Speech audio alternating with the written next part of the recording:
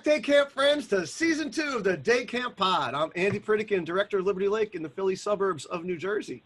I'm Sam Thompson from Crystal Lake Park District, northwest of Chicago. And I'm Ehren Gluckstein from Camp Robin Hood, just outside of Toronto, in the greater Toronto area, just north. There you go. That sounds good. We are day camp professionals joining forces to provide a forum for day camp pros to share ideas and best practices across America and beyond. And for today's episode, we are going to rehash the 2019 season a little bit and talk about some of the issues and concerns and challenges that we had. And good things too, right? This is not just going to be a rag session, right? And then also talk about some of the things that we learned from our first season of Day Camp Pod that we actually applied to our seasons, right? So this Day Camp podcast is brought to you by our friends at CRS, Commercial Recreation Specialists, the fine purveyors of waterfront stuff. Liberty Lake used their big, giant Aquaglide water trampoline. It was tremendous. We use their Zoom Flume. We use lots of their stuff. And, as we go off to the conferences this fall and go visit other camps, we're going to be seeing lots of CRS products. So check out their website, crs4rec.com. And this Go Camp Pro podcast is also sponsored in part by the American Camp Association, New York and New Jersey, dedicated to preserving, promoting, and enhancing the quality of the summer camp experience. I am off next week to New England, where they're doing a joint conference, ACA New York, New Jersey, and New England. I'm going to be visiting about 5 camps up in Maine. I cannot wait. Gorgeous, gorgeous camps. And of course, I am going to diligently be working on my tri-state camp sessions for the big tri-state camps conference. I'm going to put in my workshop proposal soon. Hopefully I'm not too late.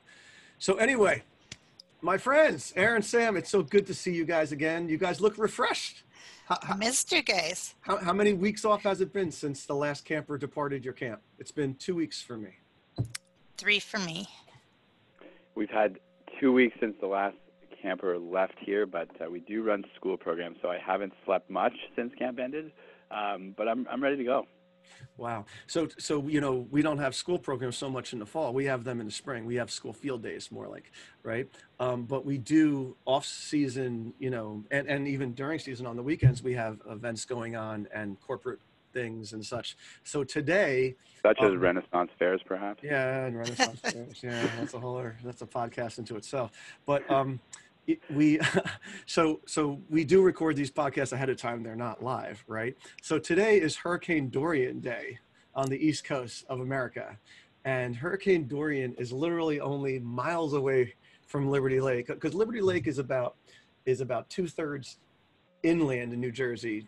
So I'm closer to the Delaware River than the Atlantic Ocean, fortunately today, because Dorian's over there. And we have a corporate event going on right now where there's literally like 300 people from some company here, and it's daytime, and it's a little dark out, and it's a little windy. It's a little misty with rain, and I'm looking at my radar screen, and it looks like the sun is like coming up the coast of New Jersey, and I'm just like, holy mackerel, if we can make it through today, it's going to be awesome. So yes, that's my day today. But yeah, we did decompress a bit. My wife and I, went to the shore and just, did nothing, because that's what we need to do when camp is over, to just clear our brains. I get stuck starting before and after school programs, so I don't get to decompress until October. Really? Yeah. Wow. And then Ehren, you got your groups in there. We got the groups, and so I started. The staff hiring process starts, during August for fall programs, but people really don't want to commit to jobs until they know. A lot of our staff are teachers, and so they wait to see if they get hired by the school boards or not. So most of that happens in the week in between camp and school, where we hire the majority of the people that work here in the fall. So it's been a whirlwind, but it's fun. We had a great staff training yesterday and the day before. Wow. Excited. Yeah. I'm pumped. I think that my camp is very similar to a lot of these other Northeast day camps and resident camps, in that we are very aggressive in signing people up for next year. So our early enrollment started August 1st in the middle of our camp season. and it ends September 30th. I have friends at day camps whose early enrollment ends on the last day of the season, of their day camp season, right? Wow. That's super aggressive. So right now I'm in the midst of selling. Like I'm in the midst of getting people while they're hot and before they forget how awesome their summer was. Just put down $100 per week deposit for next year. Come on, you know what you got to lose? It's fully refundable. Come on. And we started that process last year where we decided, and then we don't do it in the middle of camp, but as soon as camp ended last summer, and this summer we opened up registration. This is the first time we've done it before mid-September in our history. So it's been interesting. It's a lot of work that you have to put in. Yep. While camp is still going on, but it's been pretty good to get people while they're still excited, like you said. Yeah, while they're still engaged. And, you know, for me as a private business guy, you know, I need to keep the cash flow going. So these deposits, they'll hopefully keep me rolling, you know. So my goal is by the end of this month to have half the camp signed up. And then if I can get half of that half to pay in full in November, where I incentivize them 5%, then I can make it till the spring, you know. Nice. So that's the master plan. And you know, a lot of my friends and colleagues are like, I don't understand why you're so aggressive and you start off so early and all that kind of thing. But I really feel, even though I don't have like a tremendous amount of competitors with me, if I can get people locked in mentally, it's more important to lock them in mentally than it is financially. My $100 deposits are fully refundable and all that kind of stuff. So people know they can get out if they wanted to. I just want them to start the school year and talk about camp and say, I'm already signed up for next year. Like, to me, that's the greatest advertising that a parent can tell another parent. Absolutely.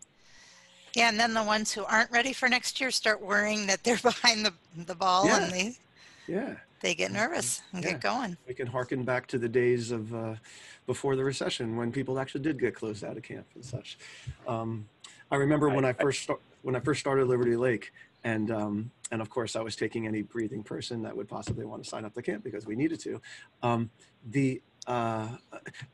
always had such awe of the camps that actually did close people out, right? And then you'd start learning that, you know, maybe it's a facade. Maybe they're not really closing people out. And I remember Brad Schwartz, who was my friend at Banner Day Camp, he said, Andy, if you want to close out, then be closed out. I was like, what do you mean? And he's like, at some point, just close out a group and tell everybody you close out and all that kind of stuff. And it creates a whole underswelling of, you know, of people talking about it. And it's the greatest publicity you could ever get, right? I knew a camp in Long Island used to take out full page ads and say, we are sold out now. Thank you very much, everybody, and all that kind of thing. And I was like, are you really sold out? And he'd be like, no, but you know, I don't want to take any more campers after June 1st anyway. And now I got this thing, and now everybody's like, oh my God, I can't believe I got to sign up early next year. You know, it's like cheap psychological tricks. An interesting thing that, and I think maybe Andy, you possibly do this as well, but a camp that we know here in Ontario does something where they give special item of clothing to the kids that have registered before the last day of camp, and they they get to wear it. They receive whether it's a T-shirt, a hoodie, or something, and they get to wear it around their friends for the last couple days of camp. And everyone wants it, so they write home to their parents and say, "Get me my hoodie." Yeah, I mean, look, these little things, they work. They again, I've said it many times. I feel that everybody that can sign up to your camp is on the fence, and you just have to figure out what those little things are to push them over to the other side, right? So I had a friend that ran a day camp that did a similar thing, tried to get people to sign up while camp was going on, in August kind of thing. And what he did, first of all, he didn't take any deposits. All right, all you had to do was just fill out this form online. Okay, no deposits, because he just wanted, like, to me that was crazy, but whatever. And if you did it before the last day of camp, you got in a raffle.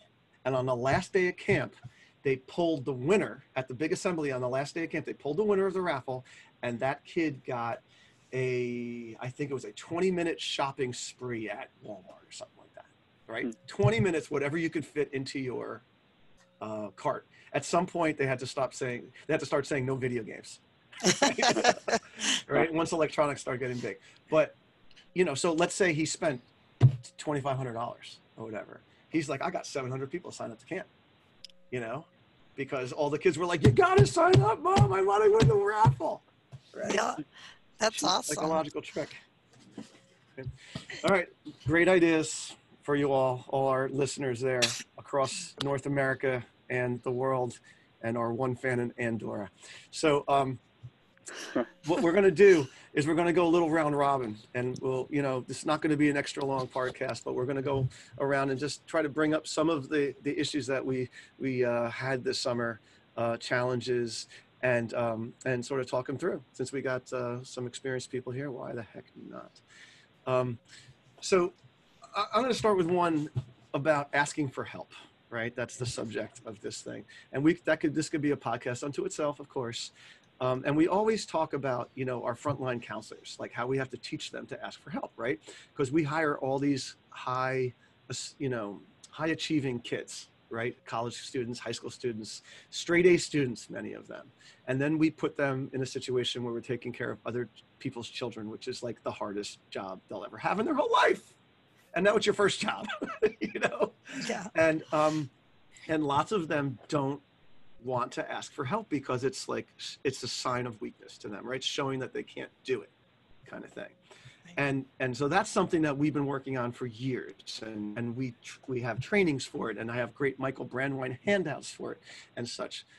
But this year I started realizing that there's a degree of that even in my middle management staff, my really experienced people, and in particular with the case with me where I have that woman, Kathy Fisher, who was on the podcast with Bob Ditter. So here I have a social worker who's really good at dealing with these tough situations, whether it's camper issues, staff issues, anxiety things, emotional stuff. And most teachers, me being one of them, I'm not trained in that. I'm not very good at that, right? But I have no problem asking Kathy for help on these kind of things. And if you think about teachers in a school where they have one of these really, specialized people on staff, that person's in a room in the back of a hallway somewhere. And generally speaking, the teachers don't go to that person until a situation is halfway down the toilet. And then they really realize they can't handle it. And then they contact that person and wave the white flag and be like, I tried everything, right? But at a camp where we try to adhere to a higher level of quality than a school, right, than most schools, we want to be proactive and nip these things in the bud. And unfortunately, my middle management people are in many ways just like my frontline staff people in that they don't want to give up. It's their kid. They want to fix it, right? And anything beyond that is going to be a slight to them in some weird subconscious emotional way, maybe. I don't even think they realize they're doing it. And it's very exasperating for me and for Kathy when we're trying to work with these folks and they're bypassing, the systems that we have in place. And then they hand it off when things are already halfway down the tube. And anyway, so that's a challenge that I'm going to be working on in trying to figure out in this off season how we can put things in place and make things more concrete, and keep her involved quicker. I think nowadays too, the illusion of leaders have to know everything needs to go away, because being a leader doesn't mean you know everything. It means that you're good at picking out the people who do know each thing and putting the team together. Yeah, they're afraid to say they don't know. I was having a conversation with a guy my age, right, in the early 50s today, a business owner, and we were talking about our employees, right, and talking about what we were like when we were half our age, right, and the older you get, Sam, right, the more you realize what you don't know. Right? Absolutely. And all I could say is that 20 years ago, 30 years ago, I had a lot of confidence, probably maybe more confidence than I do now, but it was like false confidence, and I think part of it is because I probably just didn't want to look bad. Right.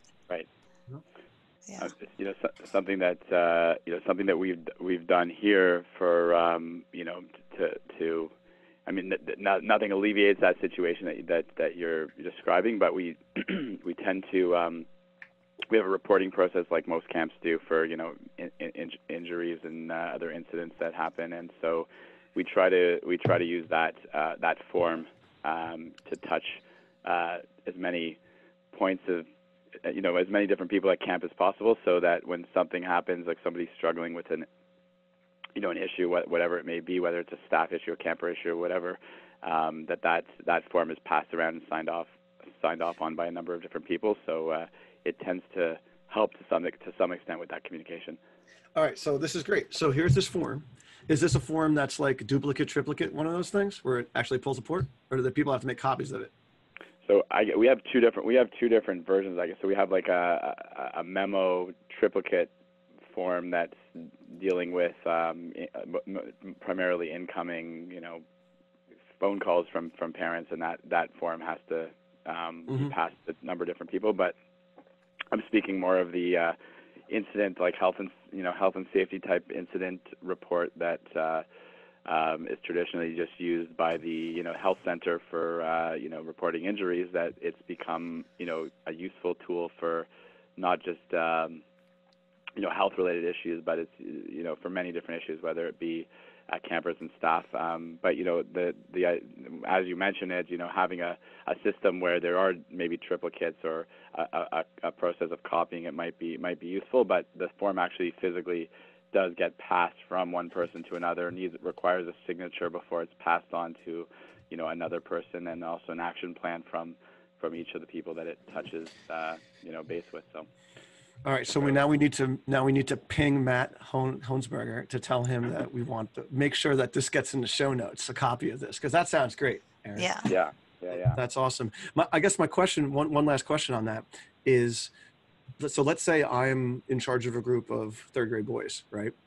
Can I fill that out as the person in charge of that group, or does that have to get filled out by a middle management person? No, we encourage that it's filled out by the most frontline person that we have. So right, awesome. Whether if it's an incident on the bus, it's filled out by a bus captain, right. Bus counselor, bus captain. So you always have people with you. Then you're never alone. Your problem. Right. And well, I think a great part of this, if I'm hearing it correctly, is that it's not just going to be seen by this person's immediate supervisor, right? Correct. Because that's the thing, right? Because so if that person's immediate supervisor is a 30-year-old person who's like, oh, I can fix this, right? And is now working on a weekend and a half trying to fix this and can't fix this, right? It would be great if that person supervisor, like if Sari at your camp saw it too. And Sari's got this great inclusion background because here's this kid with ADHD, and now she can offer insight and help on it also. Correct. So the ultimate, the last step basically is that somebody who's on the director team, so four or five people that we have at our camp, would one of 4 or 5 people would be the last person to see it. So it's going to, and we're communicating regularly with those 4 or 5 people. So it's going through the process from the frontline person to the, to the director team. Sorry.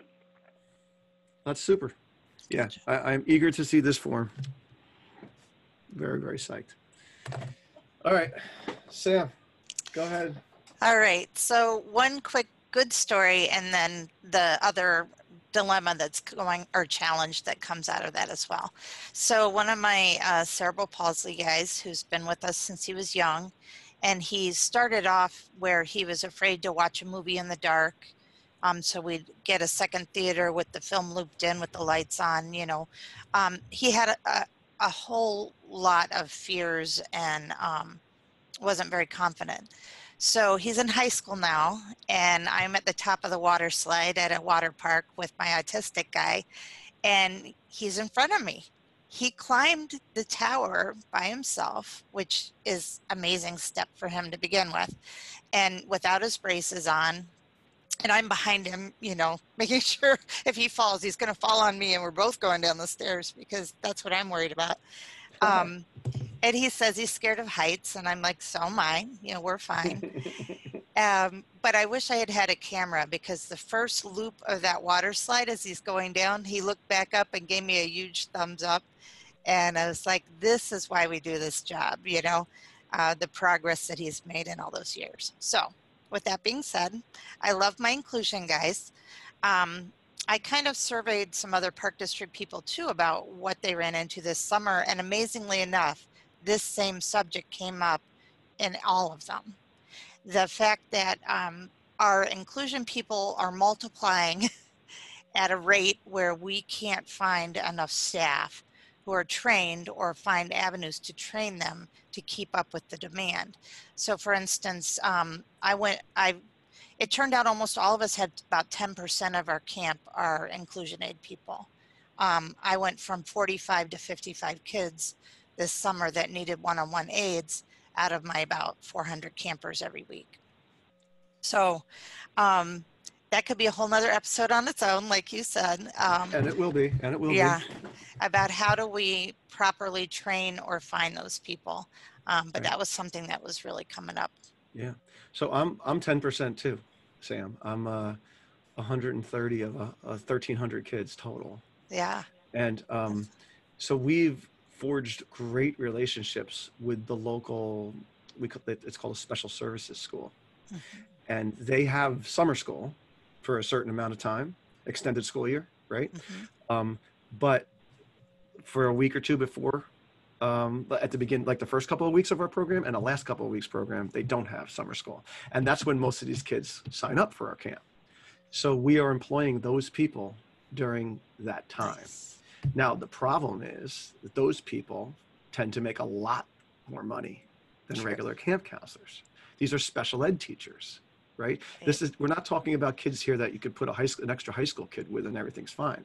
We're talking about someone that needs almost like a special ed teacher with them, right? And a special ed teacher could make $18 an hour at least, right?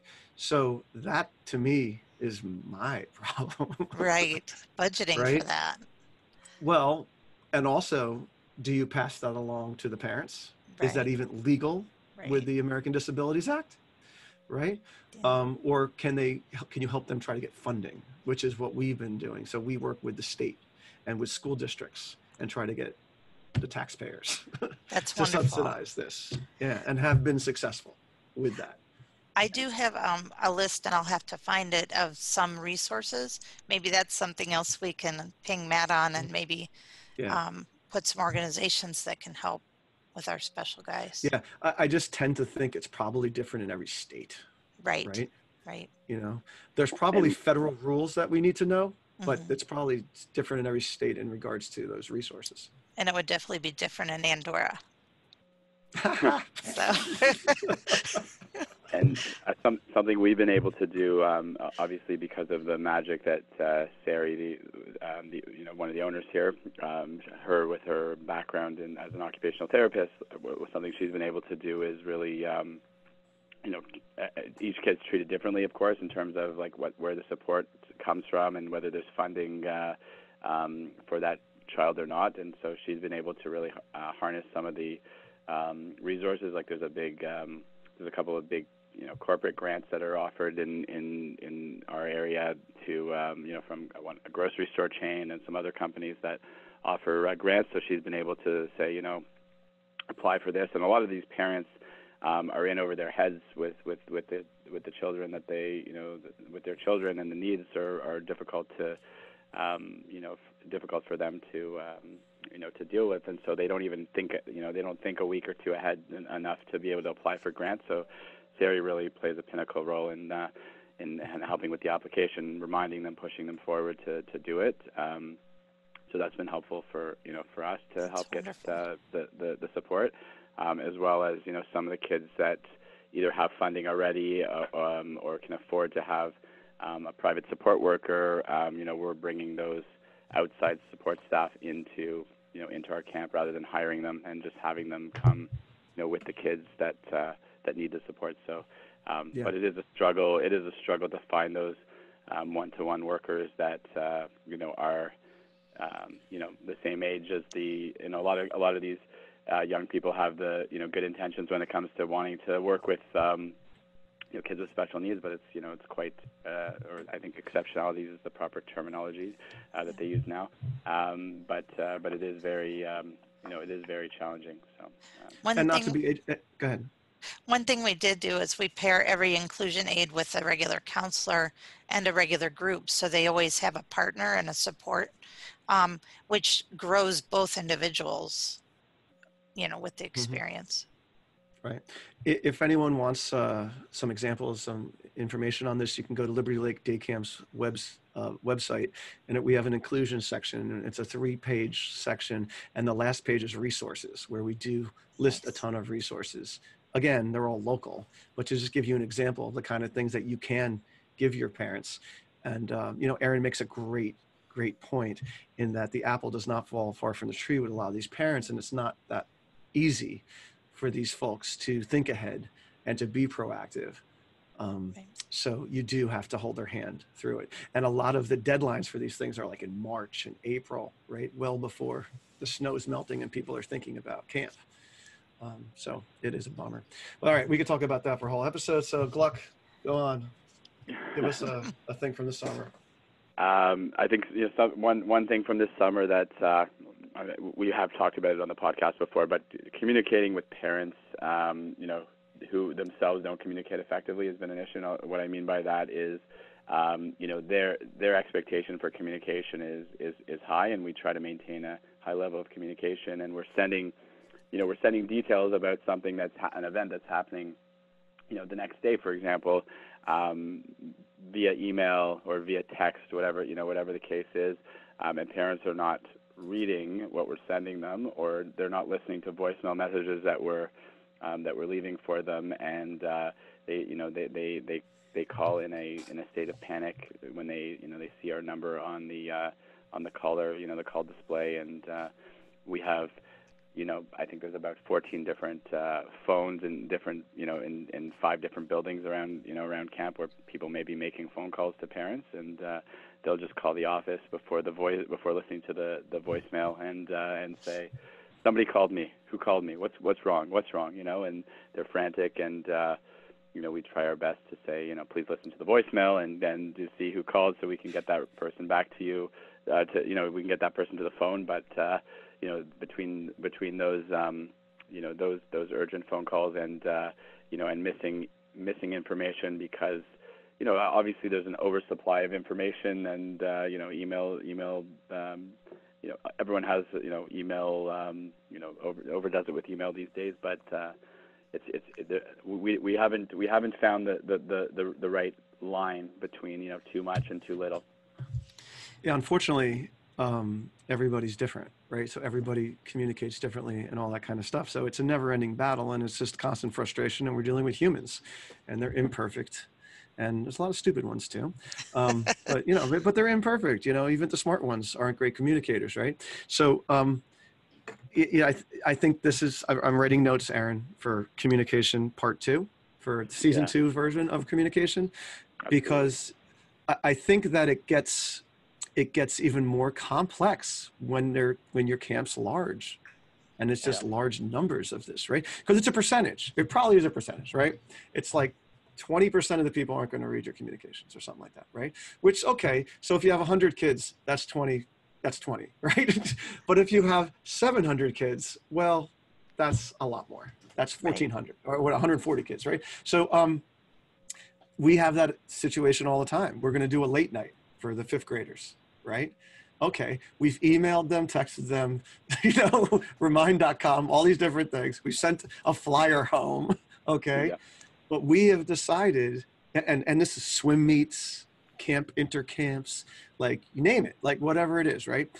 Late nights. So we have decided, like our office staff, frankly, has decided that we cannot do any of these things unless we have a jot form filled out by these parents, right? And we could send them a link via text, via email or whatever, and we can call them and badger them to fill that darn thing out. But we are not keeping your kid late, and we are not sending them on that swim meet or whatever it is unless we have that jot form filled out, because we can make no assumption that they've read it, right?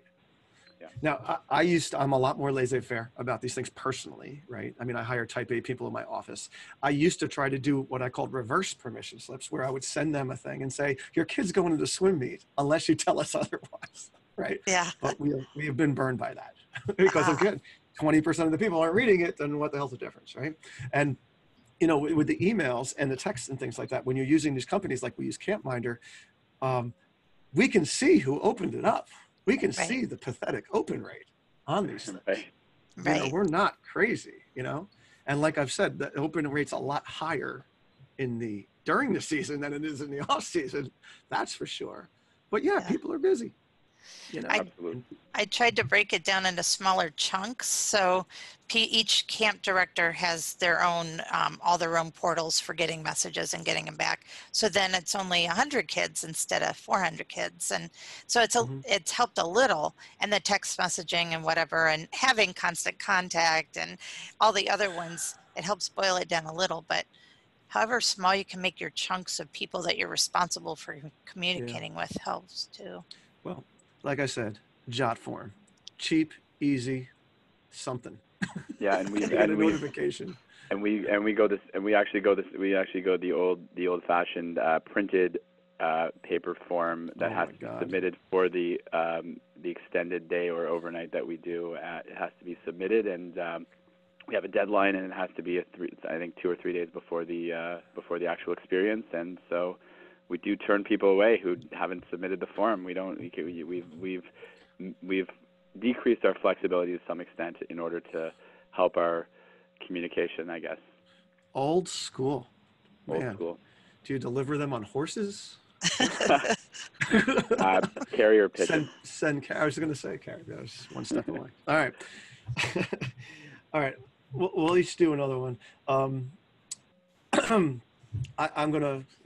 I'm gonna save the 6-week slump for an episode. I decided, because man, that is just unbelievably difficult. The big one. But in a tribute to our friend Andrew Luck down in Indianapolis, losing key staff right before the season or right as the season starts and that kind of thing, it seems to happen every year. So you can almost predict it. Again, the bigger your camp, the more of a chance of it happening. You have more key staff, and the scramble of, okay, let's look at who we got and who can we quickly elevate and that kind of thing. And just being prepared for that kind of thing and having a system of up and coming leadership people. Like we have assistant division leaders that we train up to get ready for those moments. Cause I had a, one of my top people, brand new and great interview, great references, came to the trainings, really diligent. I mean, by halfway through the second day, I was like, oh my God, this is just not going to work. This person's terrible. Just can't hack it. I mean, by the way, very hard job, really hard job that 98% of people could not do. Right. So, no disrespect to this woman. Right. But she just didn't have that skill set that we needed, that you have to be a middle management person at a large day camp. Like you have to be like a rock star. You have to be a superhero to make it work. But fortunately I had someone in the wings, young, like a recent college graduate, a year out of college, young teacher who had been trained up to a degree, who I had to twist her arm to be an assistant division leader. And now I was like, hey, guess what? But fortunately it did work out, and I had another situation, with another different person. I used a backup nurse, ended up jumping in to do it because they had the skill set and I just helped support them. I just want to add to it that, the Indianapolis Colts are really, I'm sure their fans are freaking out that they lost their, Andrew Luck guy. But what happens in these situations is that the team does rally. Right? Like it gives people opportunities to prove themselves who would not have been able to prove themselves. And generally speaking, I think there's a human spirit element that people do step up, right? Yep. They go, wow, this is my big chance kind of thing. And they step up. Now, after the summer, they'd be like, I don't ever want to do that again. But they do step up. And I think there's a human thing where people do rally. And a lot of times it ends up working out better than if that person had stayed. Right? These sudden things. So like I've done this long enough now, I'm into my, third decade of this stuff that I feel like I've seen it enough that I don't panic anymore because I know that we're going to rally, Yep. That's going to, and you see it in sports all the time. Just to circle back to the sports metaphor. You see teams who, when their best players go down and they freak out, you know, that they always win the next game. They always win the next game. Yeah. The whole that's what it's all about, right? The whole summer is just it's problem solving, figuring out solutions to these problems, and those are the more difficult ones, obviously, to deal with, and having those younger people who are less experienced in the role sometimes gives them a great opportunity to shine when they wouldn't otherwise have that, and hopefully it works out for the best. We've had that. We had one time we had a duo pair, like I don't know, duo and pair are redundant, but we had a pair of guys who filled in for a unit head position, and worked. They were young guys and worked out great, but could have gone either way. Yeah. Mm-hmm. Sometimes the support staff step up too, that they're more forgiving and they get their work that feeds into that person done better, and because they know you're in a crunch. So it brings out the best in them too. Yep, Rooney. All right, Sam, you're up again. Okay, so this is a problem that you two may not have, but I know there's a lot of camps out there that do. So, being a community day camp in my, right local here, a lot of people want to use us for 3 days a week or 1 day a week or 2 days a week. So we created a thing called punch passes, and they can buy 10 that they can use anytime all summer. And if they use up their 10, so if they're going 3 days a week, they get, 3 weeks in a day, and then they buy another one. And I'd say probably we've got about 180 of them. And about half of them use it for 3 days a week, or they use it for very specific days. So you can count on when they're going to be in your group. But then the rest of them decide the night before and then call the director and say, hey, we're coming on the trip tomorrow. So we kind of have to always plan for them and just assume they'll be on every field trip. So, when I'm getting tickets and whatever, I'm getting it for the whole group of possibility people. And I build the groups where every group has, 3 or 4 that are all summer, 3 or 4 that are just that week, and then a couple punch passes thrown in so that they're never completely full. They've always got somebody out that's a punch pass, so they're not packed, except for field trip days. So, but it's been getting bigger, and more people are going to punch pass, and it hasn't hurt regular camp yet, but it's starting to impact teen camp, because they really do just decide when they feel like coming.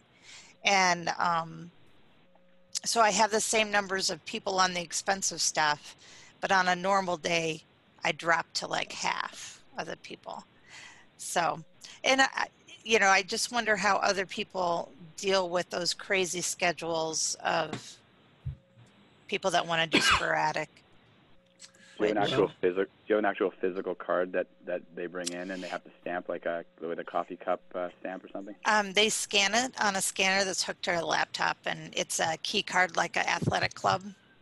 So it's like you've got your own athletic pass. And that is extraordinarily awesome and unique, and that's why we love having you on the show. We have a great email address that doesn't get utilized enough. It's daycampquestions@gocamppro.com.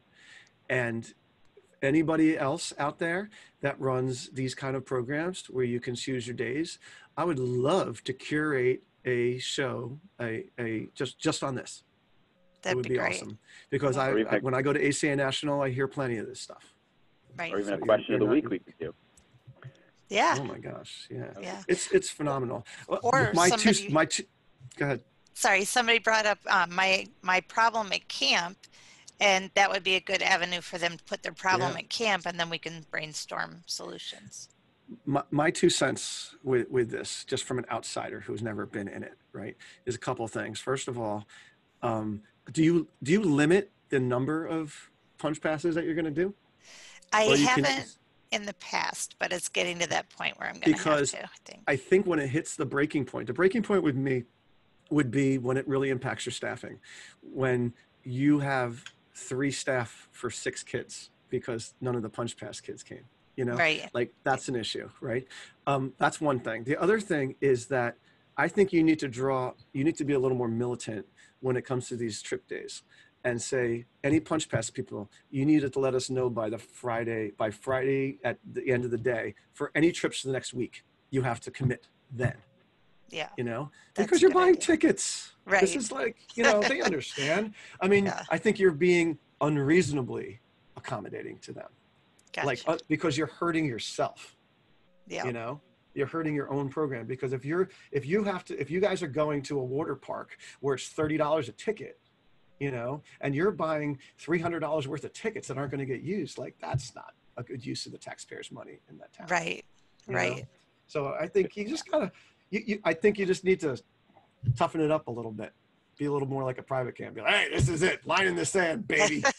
Has it worked out for you where you've been pretty spot on with the numbers of extra tickets, or have you been wasted? Has there been a lot of wasted? There funds? Hasn't been there started to be some wasting, but now I got my own credit card, my purchasing card.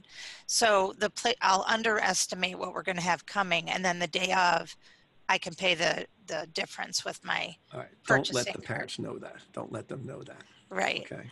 So that I'm not getting. Yeah.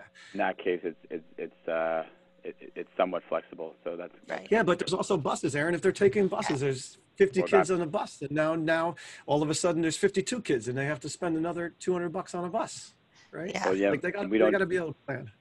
Yeah. And we don't do this with we don't have something like that with our camp, but I'd love to hear some solutions or maybe talk about this more, because with our school groups that we have here, I mean, they pre-book and they give us numbers in advance, but we have we do the hiring for the staff based on the number of kids that are going to be here, and we break them into groups and that run programs for the day. And we do have schools that there should be a financial financial penalty to not coming with the number that they committed to, but these are public school boards that are coming to us, and if we charge them for kids that don't come, then we run into big issues, and so we end up usually charging them for what they bring, and it becomes a big issue.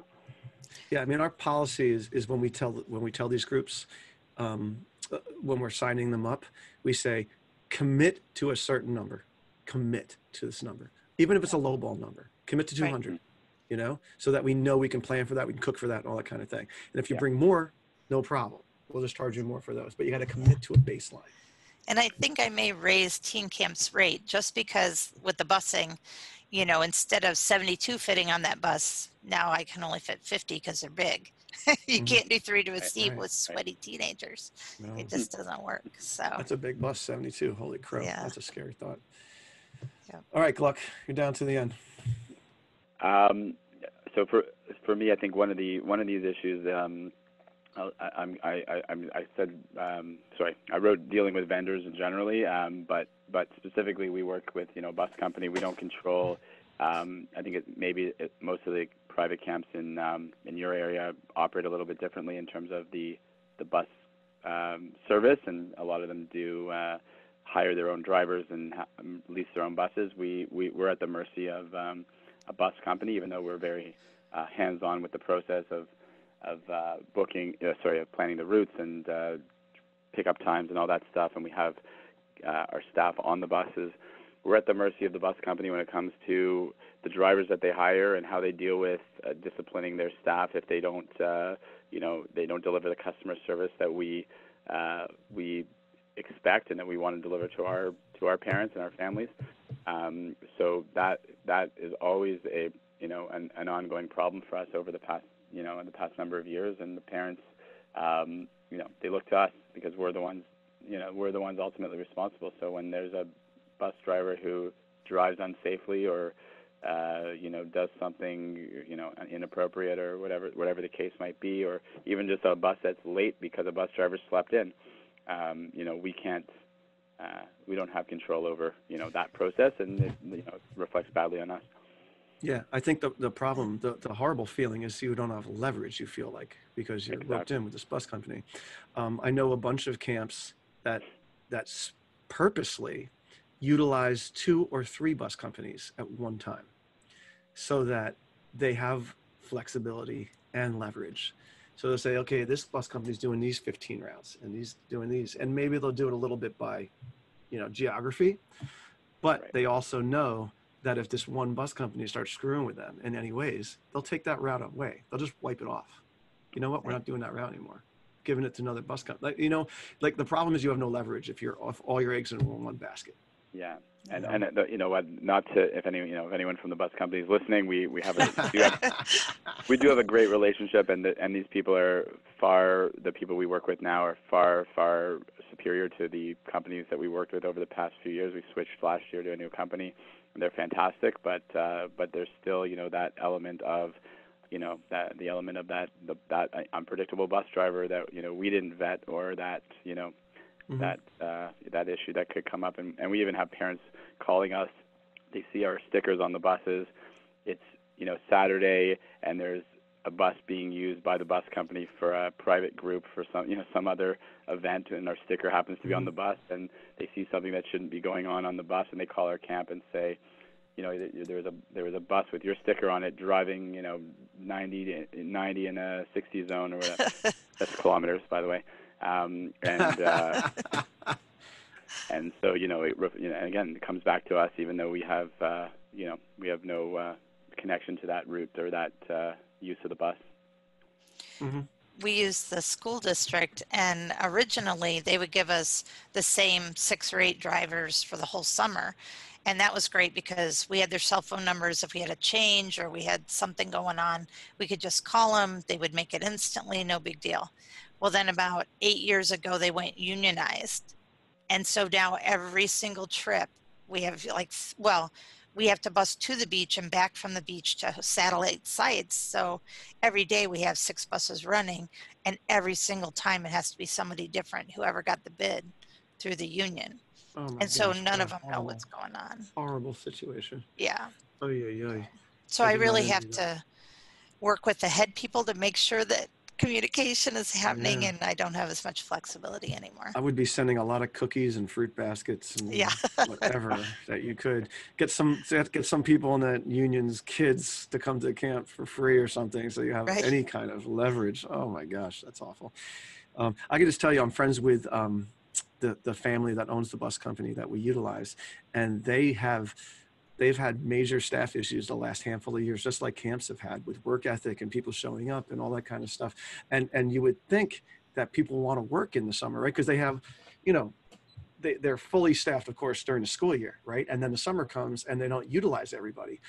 Most of their drivers prefer to go on unemployment and would rather not drive in the summer, which is that completely has flip-flopped. They used to fight tooth and nail to get these bus gigs, and now they're begging people to not go on unemployment. Right. Yeah. See what social liberal things can do. That's But anyway, politically. okay. That's politics. All right. I'm not gonna go there. All right. So anyway, thank you guys for being so honest and stuff, and hopefully Aaron's bus company continues to work with them after today. Just joking. Usually we do a day camp tip of the week, and we are going to. But what we wanted to do was talk about one of the things that we took from the Day Camp Podcast first season and utilized at our camps this summer, right? The Day Camp Tip of the Week is brought to you by our friends at AM Skyer, the leading insurance broker for the finest camps in America for almost 100 years. The AM Skyer folks have been strategic partners with summer camps, supporting the needs of PR, legal, health, facility, and more. And I can tell you, I hardly utilized them this summer. Woo! I am very happy to announce that. 2018, I had more workman's comp claims than I had in all my years as a camp director added up into 1 year. And then this year I had like 1 or 2. So I'm very happy about that. So nice needs of summer insurance-wise at Liberty Lake. So anyway, the program tip thing that I got, and I am not 100% sure, I think it came from our friend H. Rothenberg down there in Charlottesville, Virginia. But it could have come from Curtis Jackson, Kurt Jackson did the Bringing the Sleepaway Camp Feel to Your Day Camp, our first episode ever. But anyway, it was doing a color war at your camp, in which the campers and the kids, when you're assigned to a team, that is your team for life. Color war for life, right? And, you know, in a day camp where there's so much in and out, right? And I have kids that come for 2 weeks, you know, and I have kids that come all summer, and I have kids that have been here 1 year, and kids that have been here for 15 years and everything in between, right? How do you keep some kind of legacy continuity kind of stuff? The awesome stuff they have at sleepaway camp, right? Where kids come back year after year, and then their kids come, and then their kids come, and it's like all these great traditions, you know? And I started my camp, you know, 18 years ago. I have to build my own tradition. So I stole this one, right? Borrowed, whatever, right? We're jazz musicians. We just take people's riffs here. And let me tell you, it's a home run, folks. Another home run. Color war for life. It ain't easy. It is a clerical nightmare, okay? We have to now create a field in our database for what team all these kids on. Because not only is it your team for life, but we had to make sure that all families were grouped together. We thought that that would be really important. So that Aaron Gluckstein, if he worked for me and he was on the blue team, right? His children would be on blue. His brother and sister are on the blue team. Their children are going to be on the blue team, and their children's children are going to be on the blue team. This is it. It's a Gluckstein tradition now. Blue team at Liberty Lake, right? That's awesome. So, man, this took a lot of forethought, and of course, you know, spring hits, and then you're worried about bus routes and staffing and orientation, and then all of a sudden camp's going, and you're like, yeah, remember you said we were going to do Color War for Life? And I was like, oh yeah, that's a big deal. I need to think through. And I spent like the first 3 weekends like thinking it through and how I was going to make it happen. And I figured it out.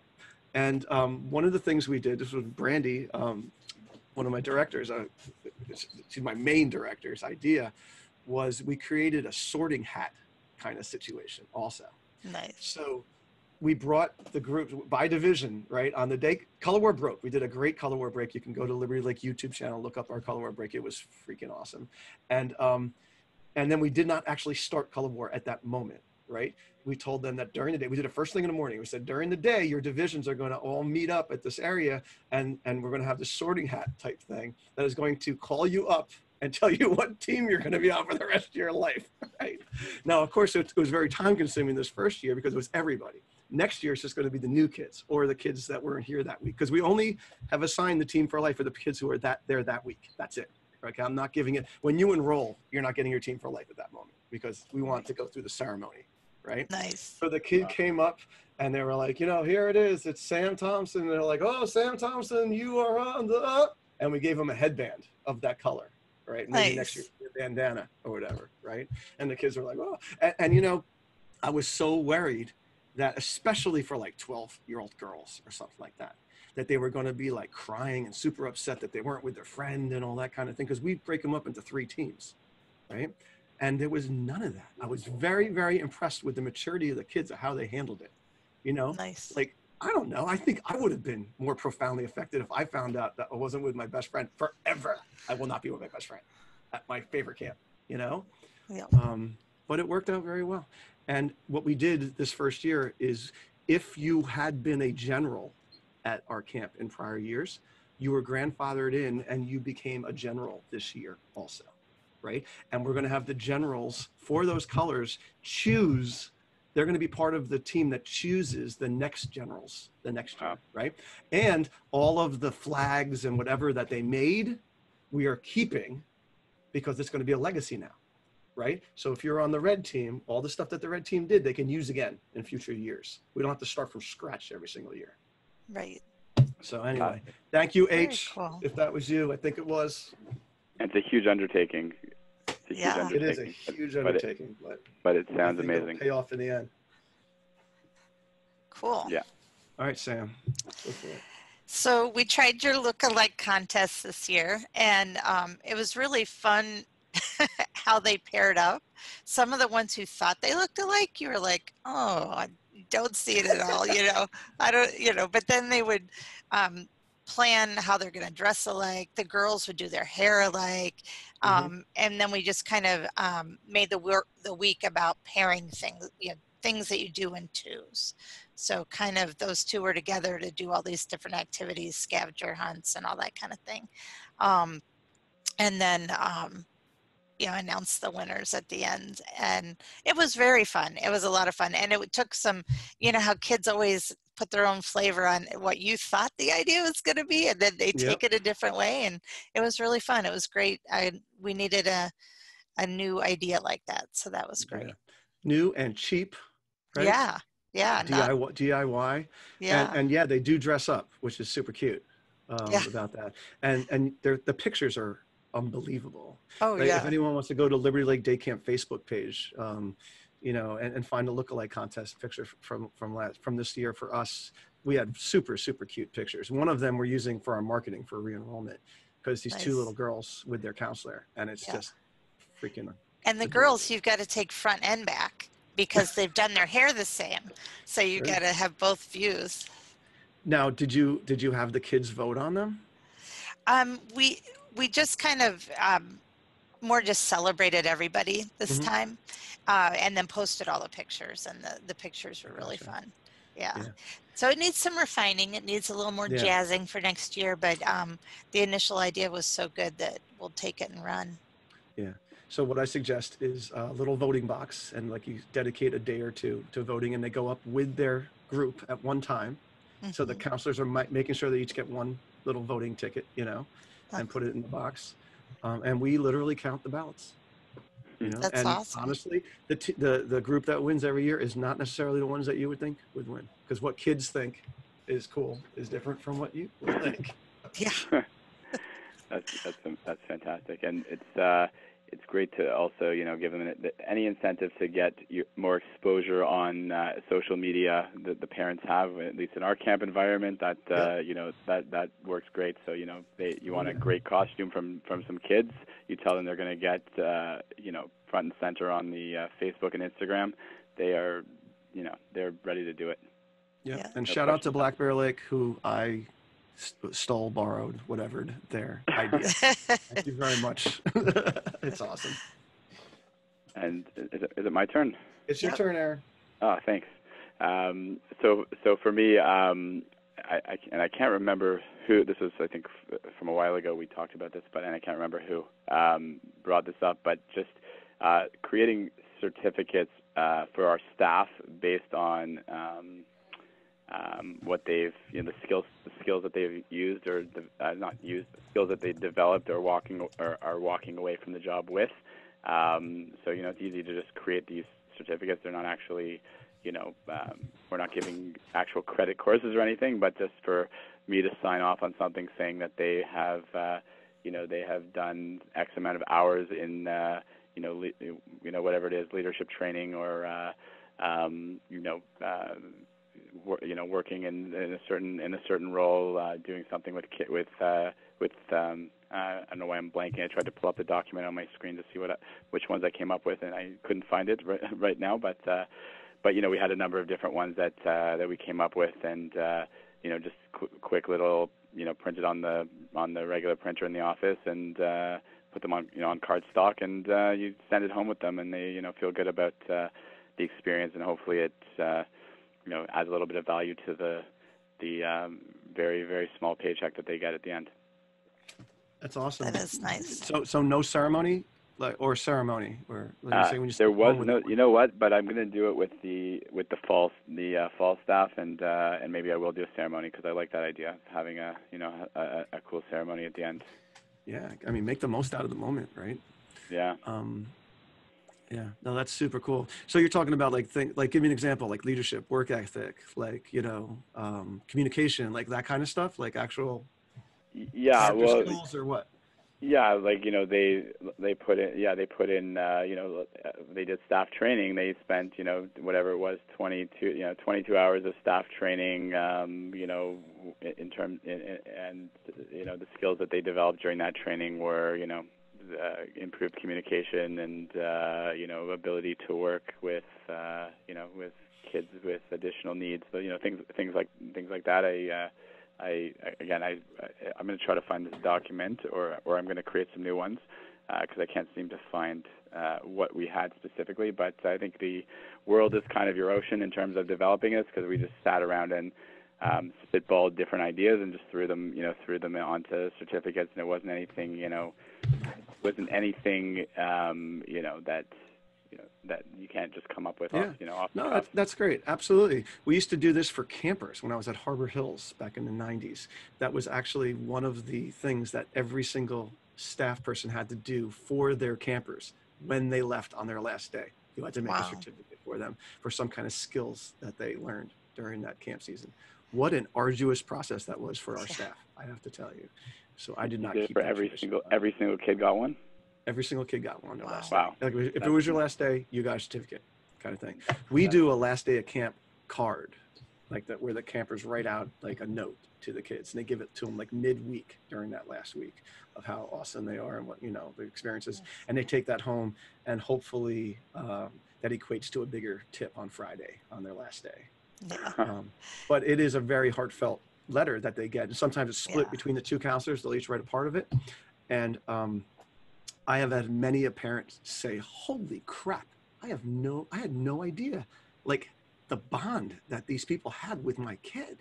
Like, remember, most of the 99% of the parents that send their kids to my camp, they never went to camp themselves, so they have no idea what their kids have gone through. And when they read that card from the counselors, it just melts them. Yeah. Because it's like, holy crow, right? You always love people who love what you loved. You love my kid. I love my kid. This is good. We're just like psychologists here.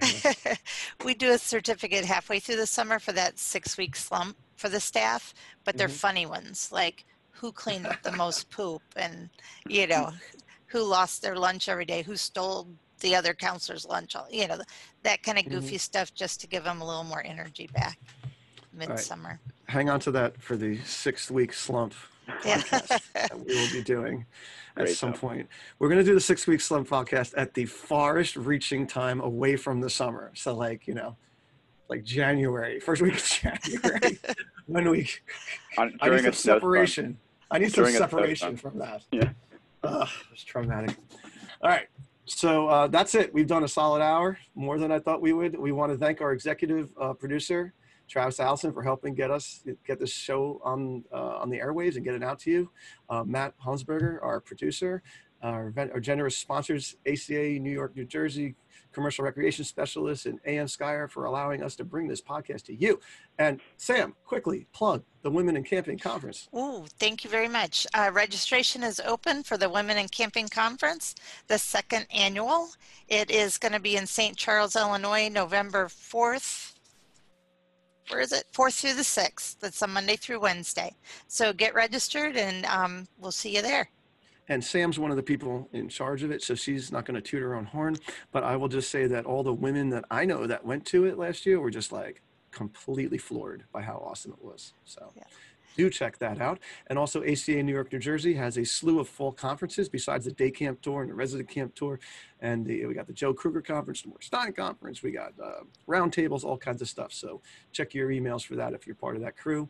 And if you don't want to miss an episode of the Day Camp Pod, then you should subscribe on iTunes or wherever else you get your favorite podcasts. And don't forget to show your Day Camp brethren some digital love by giving us some nice ratings, reviews.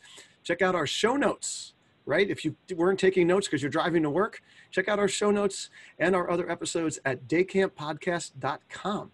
And please send us some feedback and some new ideas and some questions. We want a question of the week for future podcasts to our email address, daycampquestions@gocamp.pro. We'll be back real soon with a whole new season of interesting topics and guests that will make you a better day camp professional and improve your day camp for your campers and your staff. The next one we're probably going to do is going to be debriefing your summer. We want to do another bringing the sleepaway camp spirit to your day camp. So thanks again. This has been the Day Camp Pod.